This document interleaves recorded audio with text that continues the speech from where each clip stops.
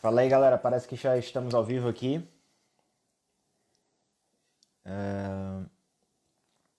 Beleza, estamos ao vivo.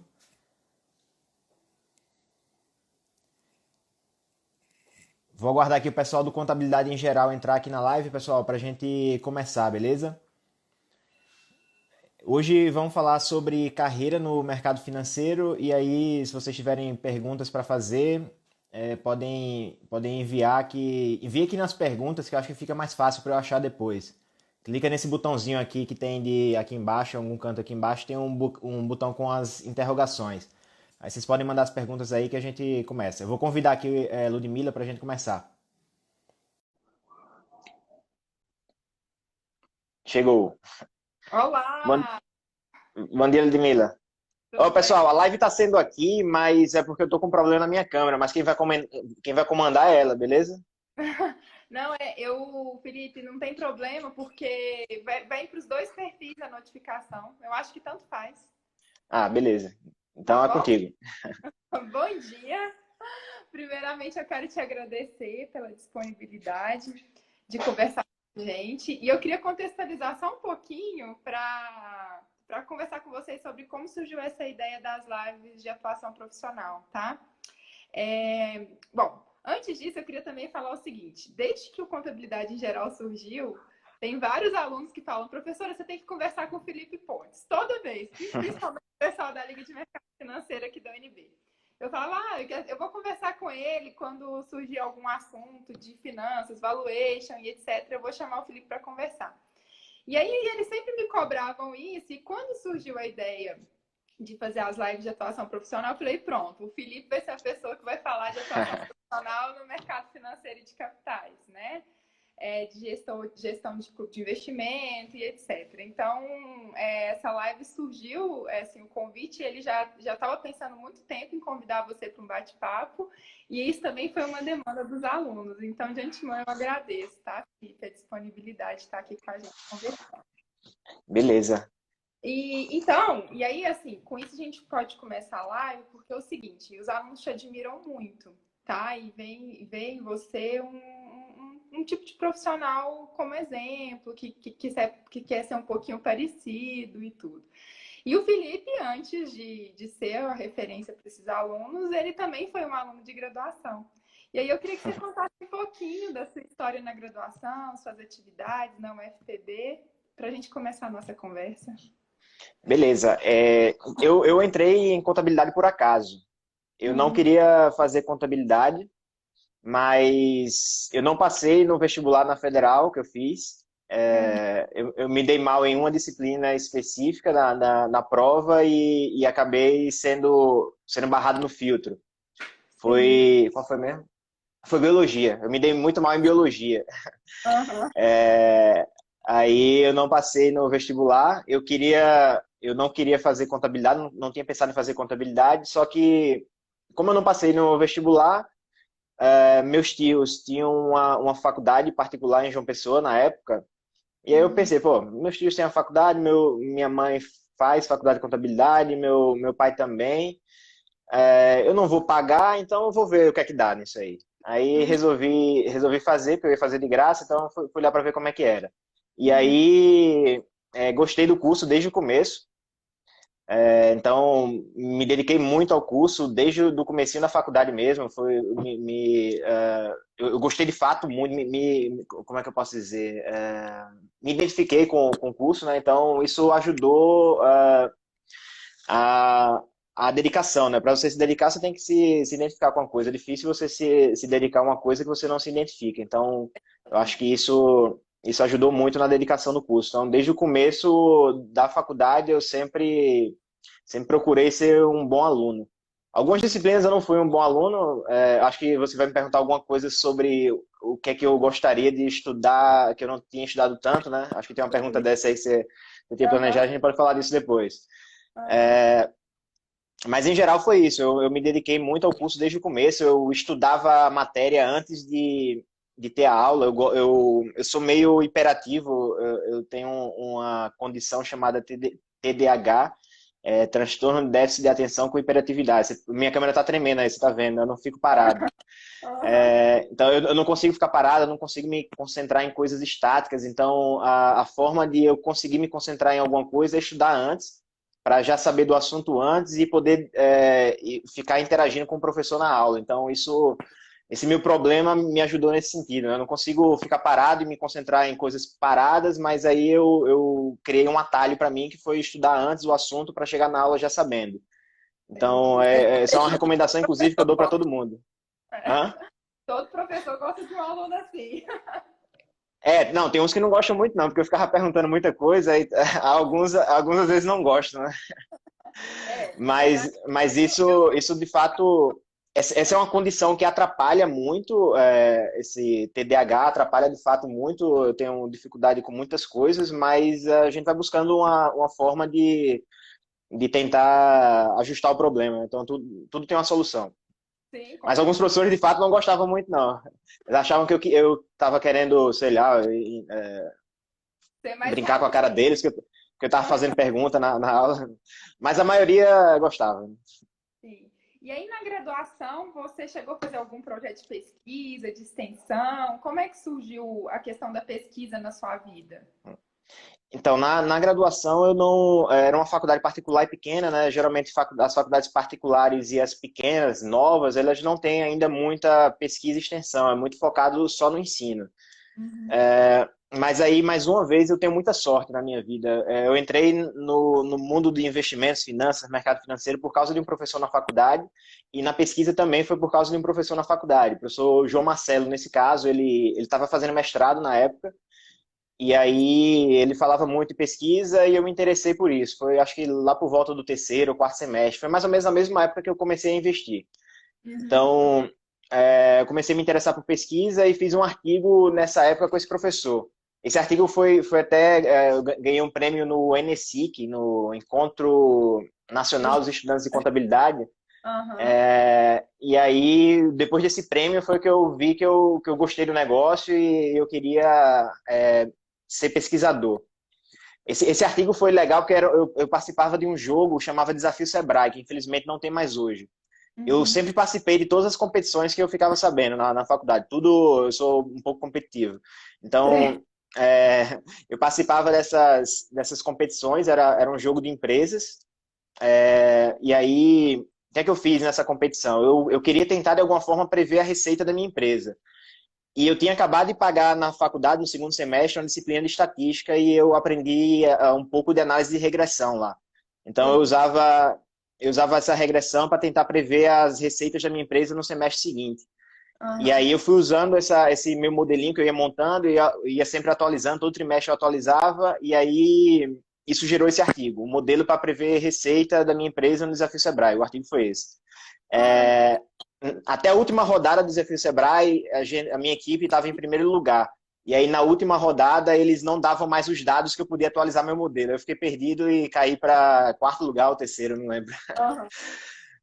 Eu fiquei meio perdido, mas a pesquisa me ajudou nisso aí, nesse jogo e me fez também querer entrar na área de pesquisa. Então, E, esse professor que me incentivou, o professor João Marcelo, não sei se ele está assistindo aqui, uhum. mas depois a gente fez doutorado junto, inclusive, mesma turma. Legal. E deixa eu te perguntar, Felipe, durante a graduação você fez estágio em algum lugar, assim, em banco? Tá, então, eu não tinha pesquisa, não tinha extensão na faculdade, não tinha monitoria também, mas eu me envolvi em tudo que eu podia. Foi criado um projeto de monitoria para eu dar uma força para os alunos de matemática, por exemplo. Sim. Exato. Pesquisa não tinha, mas eu dei um jeito lá com esse professor de fazer por fora. Extensão acho que eu não me envolvi, não tinha, de fato, nem eu fiz nada de extensão na faculdade. E Uhum. estágio, eu fiz estágio no escritório de contabilidade por um dia. Eu fui um dia no escritório, mas não gostei e não voltei mais. Aí depois eu fiz uma entrevista em outro escritório, mas fui convocado para entrar, mas desisti, eu achava que não era o que eu queria. E aí depois eu fiz estágio numa instituição financeira cooperativa de crédito, uma cooperativa, Uhum. Sicob, na central do Nordeste do Sicob, que é acho que o segundo maior sistema de cooperativas do Brasil. Então a gente fazia lá a contabilidade das cooperativas do sistema no Nordeste. Aí depois disso eu saí para o mestrado e continuei no doutorado e como professor e na gestão do clube. Isso, legal. Então você fez tudo junto. Ontem eu estava vendo a sua live, você comentou, né, que fez tudo junto, graduação, mestrado e doutorado na sequência, né? Isso. E sempre Foi. voltar para pesquisas no mercado financeiro, no mercado de Isso. capital. Foi tudo na área de finanças. Isso. Aplicando contabilidade para alguma coisa de finanças, de mercado de capitais. E lá no UFPB, pelo que eu entendi, assim, não só da live de ontem, mas de outras experiências, de outras oportunidades que eu tive de ver você falar, você falou que lá na UFPB tem uma aproximação muito grande, né, da academia com o mercado.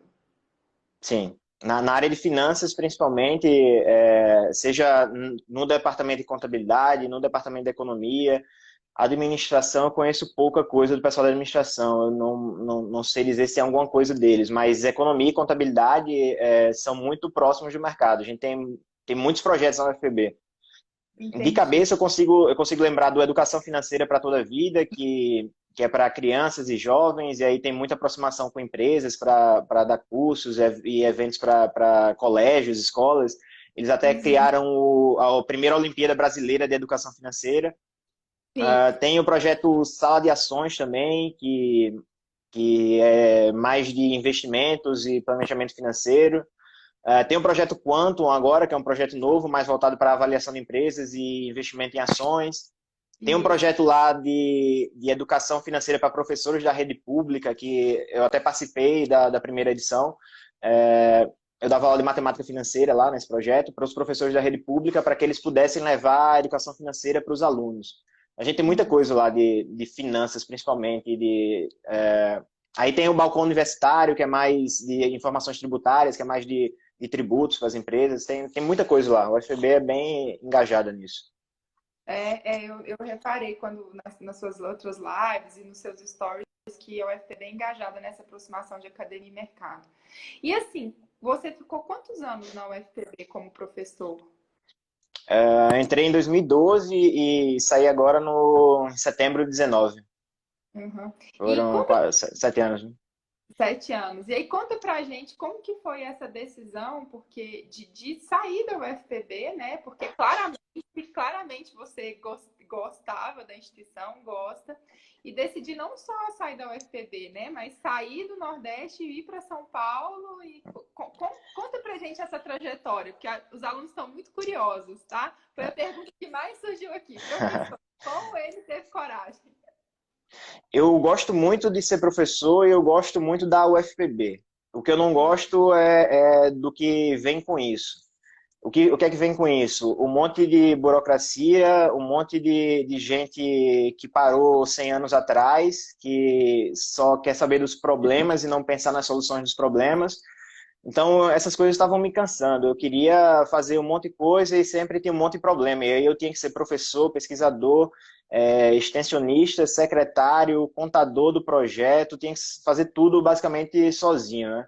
Então, milhões de coisas. Eu nunca sim. vi tanta comissão.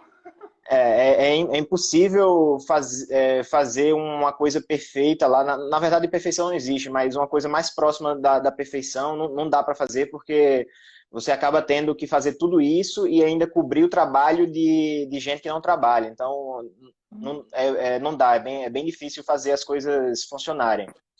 Então, eu estava chateado já, estava até meio deprimido, talvez, nos últimos 2 anos. Aí eu ia para a universidade meio que obrigado. Caramba, hoje eu tenho que ir lá de novo. Então, quando tá assim, é porque não tá bom. E aí, aliado a isso, minha noiva, ela estava morando aqui em São Paulo já 3 anos. Fez 3 anos agora, no começo desse ano, em fevereiro. Então, ela estava aqui já há 3 anos e aí eu queria vir para cá. Ela queria ficar mais um ano, pelo menos. Então, eu estava pensando na possibilidade de vir fazer algum pós-doutorado, sei lá, alguma coisa assim, para ficar esse mais um ano com ela aqui. Mas, dada essa minha aproximação que eu tenho com o mercado, surgiu a oportunidade de vir para o Traders Club. Pedro, que é o CEO, a gente já se conhecia, eu já tinha escrito alguns textos para o site do Traders Club sobre contabilidade. Aí ele queria crescer a área educacional do TC e achou que eu poderia ser um bom nome para isso. E ele Uhum. perguntou se eu tinha interesse, e eu disse que tinha. Se ele me desse condições de fazer o que eu queria fazer, que eu não conseguia fazer na universidade, se eu tivesse agilidade para fazer as coisas, se eu pudesse contratar as pessoas que eu precisasse contratar, se eu precisasse de independência, que é uma coisa que a gente não vê em muitas empresas de educação financeira.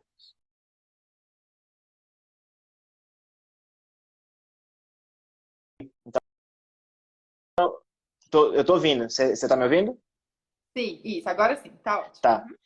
Beleza. Então eu resolvi vir para o TC para fazer mais ou menos o que eu fazia na universidade. Estou fazendo mais coisa, na verdade, agora, porque eu tenho uma equipe trabalhando comigo com análise de dados. A gente está com um analista de dados aqui muito bom. Tem o pessoal de educação que está trabalhando comigo, o pessoal de vídeo. Então eu tenho uma equipe de fato que está me ajudando a fazer um monte de coisa que eu não estava conseguindo na universidade. Mas isso não quer dizer que eu não goste da universidade, que eu não seja mais acadêmico, como algumas pessoas acham. Ainda um acadêmico nunca morre, né? Um professor nunca morre. Então, eu continuo sendo professor, só não estou fisicamente na UFB, mas eu continuo, inclusive, ajudando eles lá em muita coisa. Você ainda está vinculado ao programa de pós lá? Porque mesmo não sendo professor, você pode estar, né? Então, essa é uma coisa que me entristeceu. Uma das primeiras coisas que me entristeceu foi que, infelizmente, eu tive que sair do programa. Ah, é? É, Porque não tem ou lá ou impedimento. cá. Então, mas o lá o cá, então não dava para ficar. Mas eu continuo como co-orientador lá no programa e eu participo de bancas ainda em outros programas também, eu só não estou vinculado mais ao programa de pós-graduação. Formalmente eu não estou vinculado. Eu estou com orientação lá, mas não estou formalmente no programa. Até me chamaram para dois outros programas, mais aqui no Sudeste, mas no momento eu também não quis me comprometer em dar aula, porque eu não vou poder dar aula, eu poderia só orientar. A aula não, eu de Sim. fato não consigo dar agora, mas orientar eu poderia, só que aí eu precisaria dar aula, porque tem aquela questão da avaliação da CAPES, que você tem que dar aula no período de tempo. Na Uhum. UFB eu já tinha dado a minha aula obrigatória, né? Então não precisaria dar aula, eu só orientaria. Mas se eu entrar em outro programa, eu teria que dar aula também. Então, no momento, eu vou ficar de fora dos programas. Mas eu quero voltar um dia, Uhum. Bom, onde me quiserem, né? e aí você saiu da UFPB, tá no Traders Club e é gestor de um fundo, de um clube de investimentos, né? E aí eu queria Sim. conversar um pouco sobre isso. Você pode explicar para a gente a diferença de um gestor de clube, de um analista de mercado? Tem muita gente que tem muita experiência pelo mercado financeiro de capitais, mas que não sabe essas diferenças e como que o contador pode atuar, né? Assim, o que a gente aprende na faculdade é suficiente para atuar igual gestor de um clube de investimentos, para ser analista de mercado. Você pode contar um pouquinho para a gente da sua experiência? Beleza. Um analista, ele é um profissional que é certificado, ele passa numa prova da APMEC para ser certificado como analista. Então, ele pode dar recomendação de investimento. Você tem dois Uhum. tipos de analista, na verdade são três tipos. O primeiro é o analista fundamentalista, né, que é o CNPI puro. Aí nós temos também o CNPI técnico, que é o analista técnico, e o CNPI pleno, que é o cara que tem as duas certificações. Ele pode recomendar ativos com base na análise técnica e na fundamentalista. Uhum. Então, eu fiz a prova do CNPI, mas eu não paguei para ter a minha carteirinha de CNPI. Então, eu não posso ser chamado de analista. Por esse Uhum. motivo, é uma questão regulatória. Apesar de Sim. fazer análise. Eu faço análise para investir no clube. Eu só não posso ser chamado de analista, porque aí caracterizaria uma pessoa que pode dar recomendação de investimento e eu não posso fazer isso. Porque eu não tenho Uhum. essa carteirinha. Teria que pagar E a é bom trimestralidade e ter a carteirinha. porque eu aposto, chegou umas perguntas aqui pedindo, fala para ele me ajudar com a minha análise de investimento. Eu falei, vou pedir para ele explicar isso para vocês lá durante a live. E é muito bom se deixar isso claro. Sim. E aí, o analista precisaria dessa certificação, aí vocês podem fazer a prova. A prova é bem tranquila, para quem é de contabilidade, eu acho que tira de letra essa prova de fundamentalista. É bem fácil mesmo a prova. Para quem é Uhum. contador, fez um bom curso de contabilidade, a primeira prova é basicamente conceitos básicos de economia, de funcionamento do mercado. Uhum. A segunda prova é uma prova basicamente de contabilidade e valuation. Análise de balanço, norma contábil e avaliação de empresas. Então, quem fez um bom curso de contabilidade tira essa prova tranquilo, facilmente, essa segunda prova. Aí teria que estudar para a primeira prova, que é muita coisa que cai naquela disciplina de mercado financeiro que a gente tem na faculdade, Sim. e tem que estudar algumas coisas de regulação. A prova é bem fácil, é bem tranquila. E Uhum. aí, para ser gestor, tem uma outra prova que é a CGA. Essa é para ser gestor de carteira, gestor de fundos. E aí você pode gerenciar. O CNPI, o analista, ele dá recomendação. O gestor não, ele aperta o botão. Ele vai lá na sua carteira e faz a gestão na sua carteira ou no fundo, né? Uhum. No caso dos clubes, eu não preciso ter a certificação, a CGA. Eu até quero tirar a CGA, ou pelo menos fazer a prova, como eu fiz no CNPI, só para ver como é que é e passar o feedback para o pessoal, como eu fiz no CNPI, né? Eu fiz uns vídeos mostrando como é que era a prova. Mas no clube não precisa de CGA. Você não precisa ter CGA, a menos que você queira cobrar para fazer a gestão do clube, que não é o meu caso. Eu não quero cobrar porque só tem minha família lá e amigos próximos. Então, em Entendi. geral, é isso. O analista tem que ter uma certificação, o gestor tem que ter outra, mas para você, como investidor, não precisa ter nenhuma. Eu acho que é bom ter para poder sinalizar para o mercado que você já tem o conhecimento básico. Então, num processo seletivo, eu daria preferência para quem tem a certificação, por exemplo. Uhum. Legal, bacana. E aí, Felipe, essa questão, você está atuando no clube de investimentos e você fala muito sobre valuation, né? E uma das várias perguntas que a gente recebeu aqui é no processo de valuation que você tem acompanhado, você acompanha vários, né, laudos de avaliação. Quais são os principais erros que você encontra nesses laudos, né? Ou de premissa, ou de cenário, ou de, sei lá, ser muito arrojada a taxa de desconto, enfim. Os alunos queriam que você comentasse um pouquinho sobre esse processo de valuation, como que você analisa, enfim. Tá, é bom você tocar nessa questão dos laudos, porque em alguns processos a gente tem acesso aos laudos publicados na CVM, processo de OPA, de fechamento de capital, por exemplo. A empresa divulga o laudo de avaliação, então nós conseguimos ter acesso ao laudo de avaliação. Então é uma boa forma de aprender como é que o mercado usa o valuation. Uhum. De erro, tem um erro que eu lembro, eu não lembro o nome da empresa, mas vocês vão encontrar lá na CVM, se procurarem por OPA, CVM, dá uma olhada lá nos laudos, eu acho que esse é de 2015, talvez. É de um porto, de uma empresa que trabalhava com, na verdade, construção de navio, se não me engano, e eles fecharam capital na Bolsa. E aí tem um laudo de avaliação informando lá que o valor da empresa é negativo. Não faz o menor sentido isso. Os caras usaram uma metodologia de avaliação por fluxo de caixa descontado, considerando a continuidade da empresa. Só que a empresa não estava em continuidade, a empresa estava quase quebrando já. Então não fazia sentido usar fluxo de caixa descontado daquele jeito para aquela empresa. E aí os caras chegaram no valor negativo. Então esse é um bom caso para vocês verem lá o que não fazer. Ah, legal. Outro problema que é bem comum, que a gente encontra com bastante frequência também, é com relação ao custo de capital. O pessoal calcula custo de capital no Brasil e adiciona um prêmio pelo risco no Brasil, que não faz sentido porque se você estimar com dados de mercado, o prêmio de risco já está lá. O Já risco tá do Brasil já está lá, já está embutido. E aí por que o pessoal faz isso? Estuda pelo livro da Modaran, por exemplo, que é nos Estados Unidos, e ele mostra uma forma de calcular o custo de capital para empresas de outros países. E a forma que ele faz isso é convertendo tal, e você coloca o risco do país específico. Só que se você já está no Brasil, com dados do Brasil, não precisa incluir esse prêmio de novo.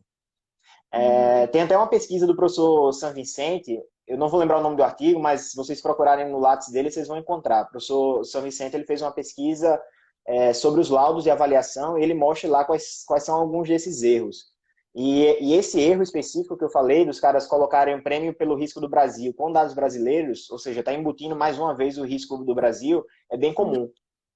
Para os profissionais do mercado, os caras fazem isso, erram desse jeito. Sim. Eu sei que o Esses são dois erros bem comuns. artigo Oi? nessa linha, eu não sei se você conhece um artigo do Pablo Fernandes sobre os 10 erros que mais acontecem em laudos de avaliação Sim. no mundo. Também é uma leitura que, assim, eu não li o artigo, mas eu sei que tem um artigo dele famosinho aí que fala isso. O professor Fernandes tem vários artigos disponíveis. Se vocês pesquisarem Pablo Fernandes, SSRN, vocês vão encontrar vários artigos dele. Esse, na verdade, eu acho que não são 10 erros, eu acho que são 101 erros, se não me engano. Ele tem um artigo que são 101 erros, se não me engano, de finanças em geral, não só de avaliação de empresas. Ele tem vários artigos legais que vale a Aham, pena ser lidos. isso. Felipe, me fala assim, os alunos, o pessoal da Liga de Mercado Financeiro aqui da UNB, eles falam muito se existe, me perguntam, pediram para eu perguntar para você, como que é essa ligação, né, esse contato entre essas ligas de mercado financeiro que tem nas diversas universidades, na UNB tem, eu vi que tem um pessoal da UFPB aqui também que comentou, com os clubes, gestores de clube de investimento, com o mercado de uma maneira geral, assim, você É, conhece? Como que você sabe hoje como o que é? acesso está bem fácil. Hoje está bem fácil Aham, acessar todo mundo. A gente tem gestores e fundos que estão fazendo live aí todo dia, principalmente nessa época agora aí de crise. Então, uhum, entrando em contato com gestores que já aparecem muitos, vocês devem conseguir tranquilo fazer uma reunião com eles para ele falar como é que é o processo de gestão. Se quiser alguma liga aí, me manda mensagem que eu ajudo a intermediar o contato com alguém. ótimo. Inclusive, nós do Traders Club, a gente está fazendo eventos no Brasil todo. Eu acho que até chegaram a conversar com alguém da UNB. Mas aí, Aham, com essa quarentena, a gente parou tudo, né? Mas nós fazemos um evento que se chama TC World Show. Nós saímos o Brasil todo rodando aí com palestras. Normalmente, para essa palestra, eu vou. Aí vai Pedro Albuquerque, que é o gestor do Cosmos, Fundo Cosmos. uhum, Aí vai Rafael Ferri também, que é um trader de opções.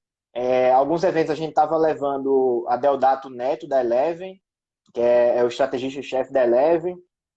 Ia ter um evento no Paraná, que nós íamos levar um gestor de um fundo lá do Paraná, Daniel Alberini, da CTM Investimentos.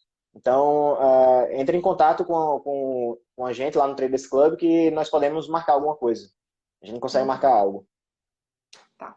E aí, voltando a essa questão de atuação profissional, como você deixou claro, você não é analista, porque tem uma questão regulatória, mas você faz análise de demonstrações contábeis. E o interessante é que você Sim. faz isso, e como contador, você podia ser um preparador de demonstrações contábeis, porque você pode preparar demonstrações e assinar como contador, né? Mas você está nessa parte aí de analisar. E aí ontem a gente teve uma live com o Pedro Henrique e ele é do Banco do Brasil e aí ele falou para as instituições financeiras assim os principais impactos nas demonstrações contábeis, nos ITRs que já estão começando a sair, né? Então essa semana aí a gente vai Sim. ter um monte de ITR saindo aí, estamos ansiosos. E aí eu queria saber o que você espera de reconhecimento e mensuração de ativos e passivos com a questão da pandemia? Assim, quais os principais efeitos que você espera pela sua experiência? Assim? Beleza. Nós estamos no TC essa semana fazendo uma semana do valuation. E aí a primeira aula gratuita foi liberada ontem, eu falo justamente disso. Mais ou Uhum, menos uns 21 minutos de vídeo que eu comento isso com detalhes, mas eu vou dar uma visão geral aqui para vocês. Quem quiser acessar o tá. material completo, vai lá no meu perfil que o link está lá para a semana valuation. É uma semana gratuita aí de aulas. São duas aulas gravadas, mais uma live na sexta-feira, mais uma planilha. E Uhum, provavelmente eu vou encaixar mais umas lives aí falando, analisando empresas, né? Comentando sobre os resultados das empresas. Provavelmente vai ser uhum. Vale e a outra. Putz, qual é a outra? A Raia A Drogazil, Vale provavelmente. Saiu ontem. A Drogazil eu estava saiu. analisando agora, aqui, antes de entrar na live. Provavelmente eu vou encaixar ela. A outra é a Aham, Log, Log Commercial Properties. sim. Então, o que eu espero para esse trimestre, eu espero um impacto ainda não muito forte, porque a gente perdeu um mês, basicamente. O impacto mais forte deve vir agora no segundo trimestre, porque estamos aqui dia 29 de abril, ainda estamos de quarentena, e eu não sei quando a quarentena vai acabar, pode ser que dure mais aí 15 dias ou mais, um mês, não sei. Então, devemos ter impacto mais forte no segundo trimestre, mas no primeiro trimestre a gente já pode ver algumas coisas. Inclusive, no quarto trimestre já tinha sinais do que deveria acontecer. Uma coisa legal no quarto trimestre, a CEMIG, por exemplo, eles anunciaram a criação de uma reserva de lucros a realizar, para não distribuir dividendos a mais do que eles poderiam distribuir, porque o lucro não tinha sido realizado ainda. Uhum, Então, vai ter redução de dividendos, provavelmente, por vários caminhos, seja com criação de reserva de lucro a realizar, seja contingente. com reserva para contingência, que essa é uma coisa que eu venho batendo faz tempo já, que a gente não tem no Brasil o uso da reserva de contingência, que deveria ter. Eu acho que agora deve ter, e não E tem o por bom quê? Porque sendo obrigatório, né? Então você tira lá em cima da base do sim, dividendo. as empresas não usam no Brasil porque elas têm medo de sinalizar notícia ruim para o mercado, isso é que eu acho. Uhum. Agora o medo já está aqui, então é a oportunidade que eles precisavam para usar a reserva. Então, eu acho que deve ter sinalização para a criação de reserva de contingência. Um, Deve ter também redução de dividendos de fato, as empresas devem reduzir dividendos de fato. Deve ter também, em alguns casos, aquele instrumento da Lei 6.404 de que se a empresa não tiver condições financeiras de pagar o dividendo, ela pode, inclusive, não pagar o mínimo. E aí É, teria que ter um parecer do Conselho Fiscal, se ele tiver ativo, para dizer que, de fato, a condição financeira da empresa não permite que ela pague dividendos. Então, eu acho que deve ter sinalização de redução do pagamento de dividendos. Para algumas empresas, deve ter redução de investimentos. Via Varejo, por exemplo, eles vão reduzir capex de expansão, eles estão reduzindo capex de expansão, os investimentos que eles estão fazendo para expandir a empresa. Por outro lado, eles estão mantendo o capex relacionado à tecnologia. Então, a gente uhum. deve ter impacto em investimentos também, aí impacto em redução de receita, principalmente para quem é do varejo físico. No varejo físico, ali de fevereiro até o meio do mês de março, não, depois do mês de março, ali mais para o final de março, consumo de bens duráveis, que é muito focado no varejo físico, né? A gente não compra televisão, ou televisão até compra, mas geladeira, sofá, essas coisas a gente dificilmente compra online, né? Tem que ir lá para É, ver na loja. Então teve aham. uma queda aí muito forte, de uns 30%. Serviços, teve queda de receita de mais de 50%. Isso até março, né? Abril agora eu ainda não estou com os dados. Uhum. Então, receita deve cair forte para alguns segmentos, principalmente para quem tem exposição física, consumo de bens duráveis e serviços. Deixa eu ver Uhum. mais. Hum, alguns custos também devem aumentar, então a gente deve ter impairments, muitos impairments também. Então, Tem eu que acho que é isso, no geral é isso. é uma questão trabalhista também, porque imagina, você Sim, sempre teve todo mundo ali na empresa e de repente todo mundo é home office. E no home office é aquela coisa, Felipe, eu tô trabalhando muito mais na quarentena do que quando não tá na quarentena, entendeu? Porque você tem eu hora pra também. meia-noite você tá trabalhando. Eu fico imaginando, Eu tô trabalhando muito mais. Sábado e domingo eu já trabalhava, mas sábado e domingo eu tentava dar uma aliviada. Principalmente no domingo eu tentava trabalhar só de manhã. Agora tá de manhã, de tarde, de noite. Então o negócio e tá aí difícil. isso, né? As empresas, todo mundo de home office, todo mundo com hora para começar, sem hora para terminar. E várias pessoas assim que estão atuando no mercado que eu converso falam, eu meia-noite estou trabalhando. Eu fico imaginando assim, o tanto de processo judicial que pode surgir trabalhista em virtude dessa mudança de cultura abrupta, né? Disruptiva que foi a quarentena para essa parte trabalhista também. Eu acho que nas empresas maiores eles devem ter algum controle com relação a isso. Eu acho. Sim. Nas menores, talvez não. Mas nas grandes, eles devem controlar bem isso aí para evitar problemas. É. E, Felipe, a gente falou dessa parte, então, de análise de balanço, né, análise de demonstrações contábeis. Você costuma acompanhar, por exemplo, os órgãos de governança quando você vai fazer suas análises? Por exemplo, a gente tem o Conselho Fiscal, a gente tem hoje o Comitê de Auditoria, que tem como obrigatoriedade um especialista em contabilidade societária. Então, assim, geralmente as pautas dessas reuniões têm uma série de recomendações do Comitê de Auditoria que tem uma pegada muito mais fundamentalista mesmo, muito mais contábil. Como analista, você costuma olhar essas datas ou assim, qual que é a sua relação com a análise do trabalho dos órgãos de governança? Tá, eu tento analisar sempre essas questões mais qualitativas, mas não é muito a minha especialidade. No clube nós temos três gestores. Eu, o professor Leães, que é da UFPB, e o professor Zé Elias, que é da UFES. Eu conheço É, ele, e- a gente é, foi contemporâneo na USP uma época, ele saiu bem antes de mim, mas eu conheço ele sim. Zé é gente boa. E aí, Zé e Orleans são mais ligados nessas questões de governança. Eu olho também, mas eles que são mais ligados. Eu acho que é importante.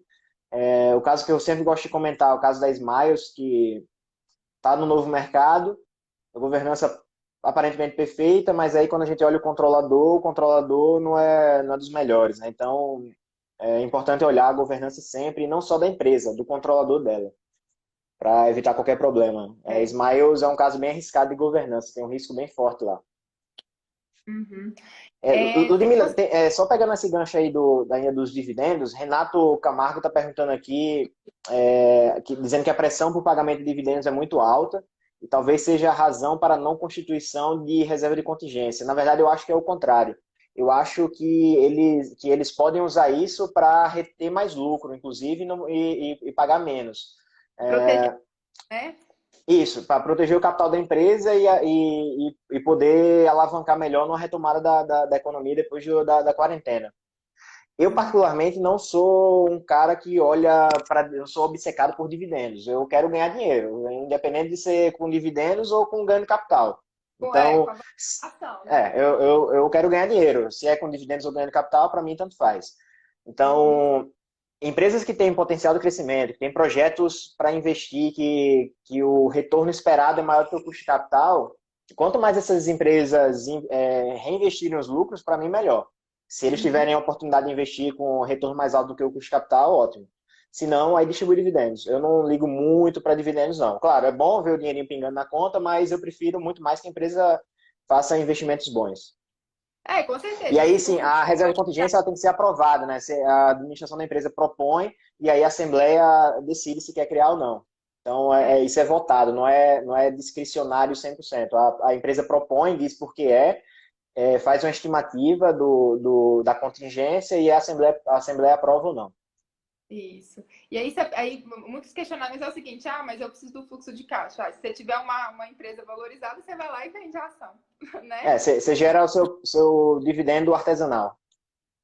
Isso aí, Você vende um exatamente. pouquinho de ação e embolsa uma parte do dinheiro. Uhum. Tem algumas perguntas aqui também, nessa questão do dividendos, tem perguntas sobre o agronegócio. O que você espera do efeito do agronegócio para essa retomada aí do crescimento econômico? Para quem é exportador, deve ter dificuldade de exportar, né, de embarcar para a Europa, Estados Unidos. Para quem vende local, talvez seja um momento bom, porque as pessoas, principalmente ali no começo, né, da quarentena, do pessoal correndo, a gente viu aí quem é do varejo de consumo não durável, as empresas se deram muito bem. Consumo não durável se deu bem porque a galera correu para sair comprando, né? Então, eles conseguiram alavancar bem as vendas nesse período inicial da quarentena. Então, Uhum. eu imagino que para agronegócio também seja um efeito parecido nos próximos trimestres, mas eu não acompanho muito de perto o agronegócio, não. Uhum. Não é um setor que eu acompanho de perto. Tá. E, Felipe, voltando assim para essa questão da atuação profissional, você é gestor de um clube de investimento, tá no Traders Club. Eu queria saber assim, eu sei que o Orleans e o Zé Elias são Zé. contadores, né? Então, esses pares aí eu sei que são contadores, mas assim, no que você faz, nas pessoas que você conversa de clube de investimento, tem muito contador como gestor? Como que é isso? Como que você vê a distribuição nessa atuação no mercado financeiro e de capitais de contadores, economistas, engenheiros? Eu sei que em São Paulo, o mercado financeiro de capitais é dominado por engenheiros, né? Pelo menos quando eu morava aí, que eu conversava, tinha muito engenheiro atuando. Eu queria saber, assim, seus pares contadores, se procede essa informação, como que tá os contadores aí É, nessa área? fora do clube, que somos 3 contadores, 3 professores, eu de cabeça eu não consigo lembrar de contadores no mercado. Tem, por exemplo, Luiz Barsi é contador, né, que talvez ele seja o maior investidor pessoa física do Brasil, deve ter uns 5 bilhões de reais em ações. Ele é Uhum, contador, ele é economista, contador e advogado. Ele tem essas 3 formações. A uhum, filha dele, Luíse, também é contadora, mas não sei se ela tem outra formação, mas que é formada em contabilidade, eu sei. Acho que ela fez no Mackenzie, inclusive. uhum. Então, de cabeça, eu consigo lembrar desses dois aí só. O que é uma Fora. né, Felipe? Porque a Oi? gente tem e é uma reserva de mercado para a gente, porque assim a gente estuda na faculdade muitos temas que o gestor utiliza, né? Então a gente sai Então, ganhando de é. formação, na minha opinião, mas você me diz. Sim, tem algumas pessoas na academia dizem que ninguém usa contabilidade nos investimentos, e isso é mentira.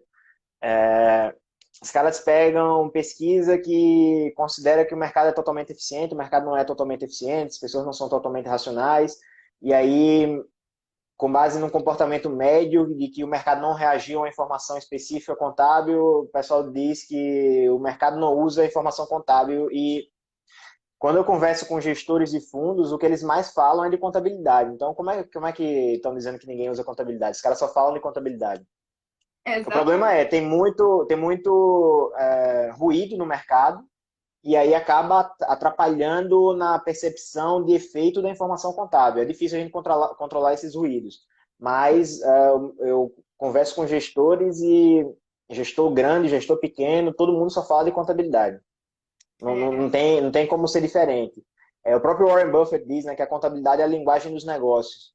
sim. Eugene Fama, Nobel da Economia, da hipótese de mercado eficiente, ele diz lá que se tem uma disciplina que não pode faltar no MBA na área de finanças é contabilidade. Todo mundo tem que ser alfabetizado em contabilidade.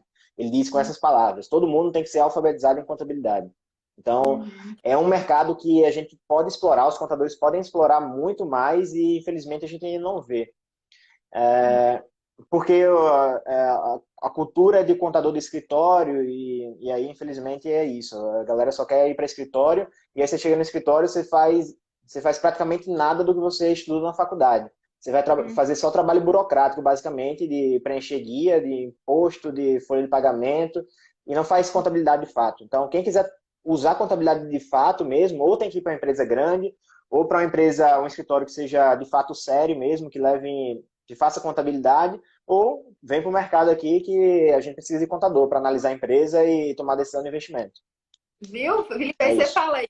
Você saiu lá do seu estado, foi para São Paulo. Eu tenho um monte de aluno que fala, professor, eu vou mudar para São Paulo.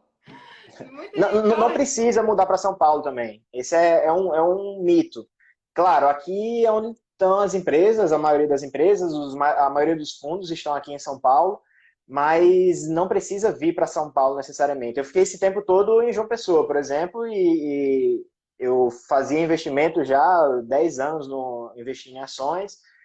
Eu poderia montar uma consultoria se eu quisesse, mas não é o que eu queria trabalhar. No máximo, se eu quiser trabalhar com isso efetivamente para abrir para o público, eu montaria um fundo. E eu poderia fazer isso em João Pessoa. Então, Sim. não precisa exatamente vir para São Paulo. Eu acho que é legal para vir para cá, pelo menos para ter uma experiência com os maiores fundos que estão aqui, São Paulo e Rio, mas não necessariamente tem que vir para cá. É, eu Eu vim falo. para cá porque a empresa que me propôs um projeto que eu acreditei estava aqui e a minha noiva estava aqui também, né? Então eu já queria vir para cá por causa disso, eu aproveitei e vim para tocar esse projeto que eu acreditei realmente que eu poderia contribuir com o Brasil. Mas não Ah, necessariamente tem que vir para São Paulo. uhum. E aqui tem algumas perguntas que eu estou achando bem interessantes, eu vou fazer, que é assim, você acha válido fazer duas graduações, contabilidade e economia? Não, eu acho que o custo é muito alto de fazer duas graduações. Porque Uhum. você não vai usar tudo que você vai usar, que você vai ter que estudar na graduação. Não vai. Por exemplo, vamos lá. Eu estou supondo que você é formado em economia e vai fazer contabilidade, que é o que eu conheço mais. Então, em Uhum. contabilidade, tu vai estudar um monte de coisa que não precisa efetivamente estudar com tanta profundidade. Deixa eu pensar aqui numa coisa, tipo contabilidade pública. A gente precisa entender contabilidade pública para entender questões relacionadas à economia em geral, mas eu não preciso me aprofundar tanto numa graduação.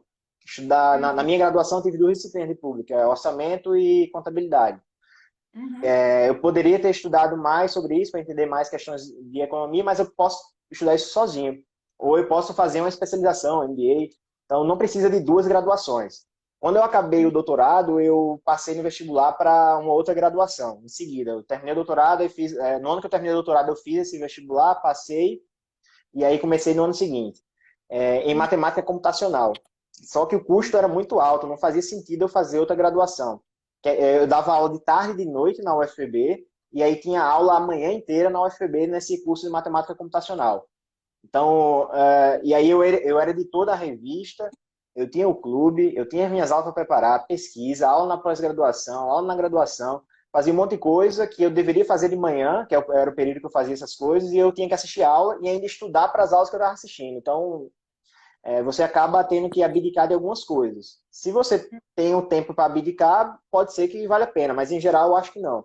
Você pode estudar por fora ou fazer uma especialização ou MBA numa escola boa. Você vai aprender focado no que você precisa. Eu falo que eu morei em São Paulo, né? Eu voltei agora para Brasília e eu falo que um dos meus arrependimentos é de não ter feito curso de atuário enquanto eu morava em São Paulo, que aqui em Brasília não tem ainda, né? Sim. Aí, mas isso é uma vontade que eu tenho desde sempre. Eu fico pensando, se eu fosse fazer uma graduação hoje, uma outra graduação, com certeza eu queria que fosse em atuário, sabe? Assim, Se for um projeto pessoal, beleza, mas assim, para complementar a formação, eu acho que é exagero, dado que o custo é muito alto. isso. É melhor fazer uma especialização, MBA, ou estudar sozinho. E aí, Fazer outro interessante curso é pau. que eu conversei com outras pessoas nas lives, e assim, todo mundo tem, assim, a maioria tem mestrado, né? E é engraçado que depois do mestrado e antes do doutorado, e tem alguns doutores que eu também conversei, que eles, depois do doutorado, depois do mestrado, foram fazer uma pós-graduação lato sensu. E eu acho que isso é muito legal, né? Se você quiser continuar estudando nessa questão de estudos formais, porque estudar a gente estuda todo dia, né, Felipe? Sim. Talvez você ir para, sei lá, talvez não necessariamente antes ou depois, mas assim, essas pessoas fizeram uma pós-graduação lato sensu depois do mestrado e depois do doutorado. E aí Eu pensei em fazer isso também. Na época, antes de receber a proposta de vir para o TC, eu pensei em pedir afastamento da universidade para fazer ou um outro mestrado, mais voltado para a economia, ou fazer uma especialização na FGV, aqui em São Paulo. Mas aí, em seguida, surgiu a proposta e eu deixei para lá. Entendi. Mas você pretende fazer? Porque agora você está em São Paulo. Em São Paulo a gente tem muito boas Não. opções, tá? De No especialização. momento, eu não tenho tempo nem para respirar direito. Uhum. E eu gosto de fazer muito bem feito. Eu até consegui assistir esse curso de matemática computacional, eu ia conseguir levar, mas eu não ia conseguir fazer do jeito que eu queria. Eu gosto de estudar antes para aula, eu gosto de ir para aula já sabendo do assunto. Então, eu não ia conseguir fazer do jeito que eu queria. Então, aqui também, do mesmo jeito, eu tô bem atolado de trabalho, então eu não conseguiria me dedicar bem, não. Entendi. E então eu ia fazer uma pergunta também, se você pretende passar um tempo fora, não agora, se viver no exterior, fazer uma universidade no exterior era um propósito que você tem para o futuro, você ainda tem essa vontade de fazer um pós-doc? Não agora, mas Sim. assim, Não, pretende. um dia eu quero, eu pretendo. No doutorado, eu sou muito medroso, né? Até eu aceitei a proposta de vir para cá muito rápido, porque eu não quis pensar muito também e desistir. Uhum. Deixar tudo que eu tinha feito lá na Paraíba, todos os projetos que eu participava. Aí eu decidi ir muito rápido, muito por isso, para eu não mudar de ideia e desistir. Eu sou bem medroso, eu perdi a oportunidade de vir fazer graduação aqui em São Paulo quando eu estava na graduação, eu queria fazer, desisti por medo. No mestrado eu nem tentei em outro canto, só tentei na UFB porque eu tinha medo de vir morar sozinho em outra cidade. Doutorado eu conversei com um professor do MIT, ele tinha me aceitado, só que antes disso eu demorei demais para decidir, porque eu tinha medo, eu tava, pô, será que meu inglês é suficiente? Será que se eu ficar doente lá, como é que eu vou fazer? Então eu ficava pensando nisso, e aí quando eu decidi, já era muito em cima e não ia dar mais tempo, porque eu ia ter que defender a tese no outro ano. Então eu perdi muita oportunidade por medo. Então eu decidi tomar essa decisão agora rápido por isso, mas eu quero ter a experiência de morar um tempo fora também do Brasil. Acho que vai demorar algum tempo ainda, porque não estou em condições no momento, muita coisa para fazer aqui nos próximos anos, tem muito projeto andando, mas quando as coisas aliviarem, eu penso em passar um tempo fora e aprender coisa nova. Uhum. Mas vai demorar um pouquinho. Isso. E aí vamos conversar assim sobre a sua graduação, que foi feita há alguns anos atrás, e o Felipe hoje. Se você pudesse falar assim, não, que é o que a gente até se antecipou. O que você faria de diferente na graduação? Não em termos só do curso de contabilidade, assim.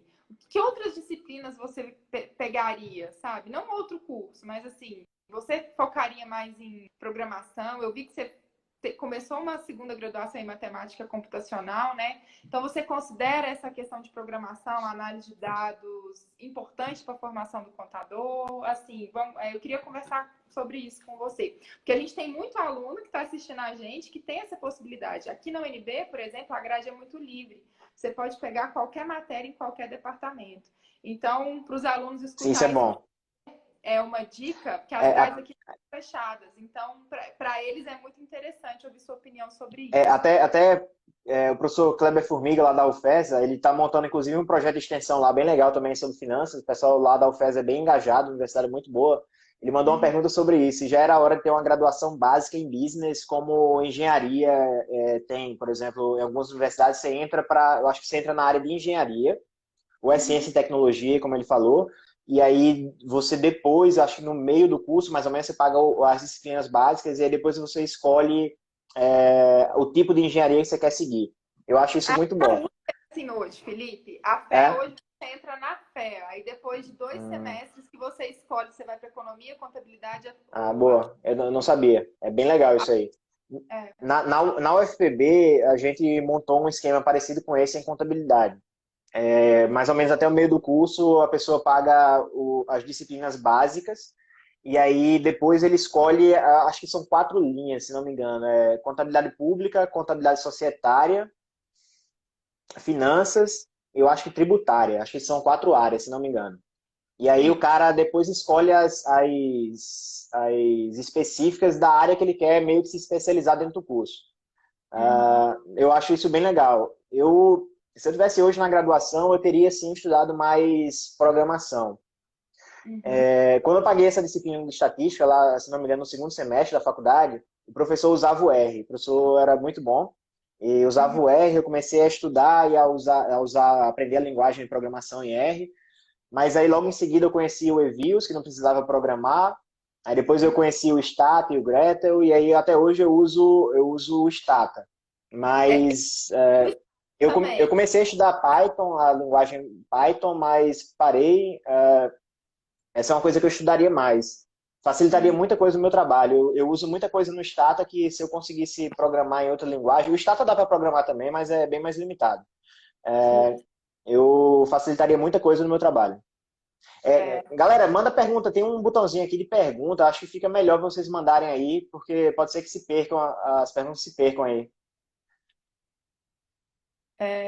Acho que tem uma caixinha de pergunta em algum lugar aqui embaixo. Eu não sou especialista em Tem, live, mas eu acho que tem. aqui eu não consigo ver, mas tem, eu sei que tem. Tem umas Matheus perguntas está perguntando aqui. se a live vai ficar disponível 24 horas. Vai, Matheus. E Ludmilla vai colocar no YouTube deles e no podcast, né, Ludmilla? Isso, vou colocar. Assim que eu tiver, que eu subir, eu te aviso, Felipe. Aí você coloca aqui para eles. Eu compartilho o link aqui para a galera. Tem umas perguntas aqui de capital mínimo. Qual o mínimo de capital social necessário para a empresa fazer um IPO na B3? Tem várias perguntas aqui. Essa aí eu não sei não. Eu sei que o custo é muito alto de abrir o capital. Galera, parece que não está aparecendo na caixinha não. Eu não sou um blogueiro de fato, então eu não sei como é que funciona. Então manda aí mesmo as perguntas. Também. Mas eu não sei quanto é que precisa para abrir capital na bolsa, mas eu sei que o custo é muito alto. O custo burocrático é bem alto. É bem custoso. Então precisa ser uma empresa grande. A gente teve a criação de um segmento de listagem especial chamado Bovespa+, mas ele não pegou muito, não. Esse segmento de listagem, ele precisava de menos burocracias, e aí o custo saiu um pouco mais baixo. Era uma forma de meio que preparar a empresa para abrir o capital completo no segmento normal. Mas a gente tem pouca empresa nesse segmento do Bovespa+. GV Food tá falando aqui que o custo para abrir o capital é de 50 milhões. Eu não sei de onde tem. Se tiver alguma fonte para isso, GV Food, manda aí. Eu não sei. E para abrir fundo, tem uma aqui, tem Tá. capital mínimo para abrir fundo? Para abrir fundo, eu já vi gente falando de 3 milhões, já vi gente falando de 5 milhões sendo o mínimo. Uhum. Mas é muito de negociação com o administrador do fundo. É até legal comentar sobre isso, o que é o administrador e o que é o gestor. O Uhum. gestor é o indivíduo que aperta o botão, certo? Eu com Leandro e Elias, a gente faz a escolha das ações e nós compramos. O administrador é quem faz a parte burocrática toda, de cotização, de controle do dinheiro que entra e o dinheiro que sai para o cotista. Então, tudo isso quem faz é o administrador, é quem faz a parte burocrática. Então, Uhum. eu vi algumas pessoas comentando que com 3 milhões, 3 a 5 milhões dá para abrir, só que depende de negociação do, Uhum. do, com o administrador, né? Pode ser que com um pouco menos ou um pouco mais. Uhum. Aqui perguntou, ele sempre fala, deve ser você, né? Que o melhor momento de investir é quando tem sangue na rua. Com esse cenário atual, vai além do que ele esperava em matéria de interferência no mercado financeiro. Acho que é a Ana Formiga. Eu não estou usando mais essa frase não, porque de fato agora tem gente morrendo, né? Então eu usava quando não tinha gente morrendo, era um sentido figurado. Mas como tem gente morrendo, de fato eu não tô usando mais essa frase. Mas sim, eu acredito que a melhor hora de comprar é quando ninguém quer comprar. Quando tá todo mundo querendo vender, todo mundo desesperado, é onde eu compro. Eu gosto de fazer isso, eu gosto de comprar o que ninguém quer. E quando tá todo mundo querendo comprar, eu vendo para quem tá comprando. É isso que eu faço. Eu compro quando tá todo mundo vendendo e eu vendo quando tá todo mundo comprando. Aham. Ontem, por exemplo, a Via Varejo subiu 21%, se não me engano. Eu vendi um pouquinho, tava um monte de gente comprando, eu vendi um pouquinho. Eu faço Sim. no clube, nós fazemos um controle de risco de posição, o tamanho da posição. Uhum. Então, quando passa desse limite que a gente estabeleceu, por exemplo, a Via Varejo passou de 7% do tamanho da posição no nosso clube para 7,5%. Então, eu tiro Uhum. esse meio para trazê-la de volta para o tamanho que a gente quer. Esse é o controle de risco que a gente faz pelo tamanho da posição. Então, um monte de gente querendo comprar Via Varejo ontem, tá subindo muito, eu fui lá e vendi.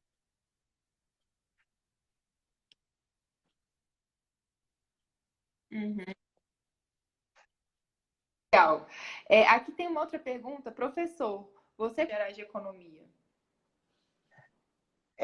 Eu Tá? tive sorte, mais uma vez, de na minha faculdade a gente tem um curso que era bem atualizado para a época. Uhum. O curso era novo, então estava bem atualizado. Eu acho que nós tivemos na faculdade duas disciplinas de economia, mercado financeiro, administração financeira, duas também. Então, o curso tinha um viés bem atual para a contabilidade, né? A gente vê uma galera aí dizendo que algumas disciplinas são muito finanças, mas eu não vejo contabilidade e finanças como coisas diferentes. Finanças é uma coisa geral, dentro Uhum. disso tem economia, tem contabilidade, tem um monte de coisa, psicologia, matemática, estatística. Então, finanças é um conceito bem amplo e contabilidade faz parte desse conceito. Então, o nosso curso, na época, tinha esse viés bem atual. Uhum. Então, isso também me ajudou a. Mas eu estudei muita coisa por fora também, sempre estudando. Sempre, não pode parar de estudar nunca. Tem uma pergunta que eu É. achei muito interessante aqui, que envolve questões de análise, mas também de governança, que é como o investidor minoritário pode se proteger para não ser prejudicado por acionistas controladores? Nossa, essa pergunta aí tem tantas possibilidades, né? Mas, É. Felipe, o que que você acha? Assim, de forma fácil é não investir numa empresa que tem uma governança ruim. Não tem muito o que Exatamente. fazer. Uhum. Analisar a governança da empresa. Às vezes a empresa tem números muito bons, como, mais uma vez, a Smiles. Tem números bons, mas apesar de que agora os números não vieram tão bons. Eles divulgaram ontem também o resultado, eu não olhei ainda profundamente, só olhei por cima. Uhum. Então, a melhor coisa a fazer é evitar empresas que têm uma governança ruim e tem um controlador que tem um histórico de alma cebosa, como a gente diz na Paraíba. Então, se o cara tem um histórico de alma cebosa, não entra nela. Ou se entrar, exige uma margem de segurança boa. Então, compra barato. Compra barato porque aí, se der bom, você vai estar muito bem. Se der ruim, você vai perder pouco dinheiro. Exatamente. Que essa questão aí nossa, são vários porém, né? E aí, enfim, tem empresas que têm níveis de governança diferentes no mercado e uma série de possibilidades de tomar decisão, né? Outra forma, aí tem uma outra pergunta do Arthur Maurício. Estou fazendo para você, viu, Felipe? Não sei se você está Beleza. vendo. Tranquilo, eu tô vendo aqui também. Outra forma seria procurar empresas que tivessem tag along. O tag along, ele. Eita, tá dizendo aqui que tem 26 segundos restantes, Ludmilla. O que é que a gente faz? Tá. A, la- 26 segundos? a gente Bom, encerra e começa outra? Isso, eu acho que pode ser. Você tá com tempo? Tô, Faz isso tô. aí. Ô, galera, vai acabar aqui essa live, deu tempo aqui de 1 hora, e aí a gente encerra e começa outra em seguida, beleza? Tá. É, Aí salva, mandem as perguntas de tá? novo lá. É, aí Beleza, você vou compartilhar. Beleza. compartilha